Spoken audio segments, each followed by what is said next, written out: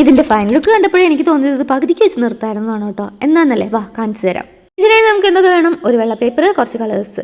ഞാനിവിടെ ഡോംസിൻ്റെ pastel brush പെന്നിൻ്റെ ഒരു സെറ്റാണ് എടുത്തിട്ടുള്ളത്. അതിലെ പിങ്ക് ഷെയ്ഡും ലാവൻഡർ ഷെയ്ഡും കൂടെ അങ്ങനെ ഗ്രിഡ് ലൈൻസ് ആയിട്ട് വരച്ച് കൊടുക്കുന്നുണ്ട്. പിന്നെ എനിക്ക് എന്തോ ചന്തം കുറവ് തോന്നിയപ്പോൾ ഞാൻ വെറുതെ ഒരു ആവശ്യമില്ലാതെ കുറച്ച് ഗ്രീനും കൂടെ ഇതിൽ കുത്തി കയറ്റുന്നുണ്ട്. പിന്നെ പ്രത്യേകിച്ച് റെഫറൻസോ കാര്യങ്ങളില്ലാതെ ചെയ്യുന്നതാണ്, അതുകൊണ്ട് അതിൻ്റെതായ ഒരു രീതിയിലും കാണാം.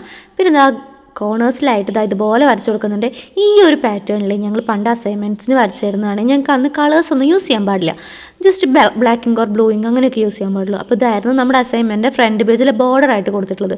ഈ ഒരു ഇത് കണ്ടടാ, എത്ര മതിയായിരുന്നേ. ഇതിൻ്റെ കൂടെ ഞാൻ വെറുതെ ഇങ്ങനെ കുറേ ഫ്ലവേഴ്സൊക്കെ വരച്ച് കൊളാക്കിയോ എന്ന് എനിക്കൊരു സംശയം.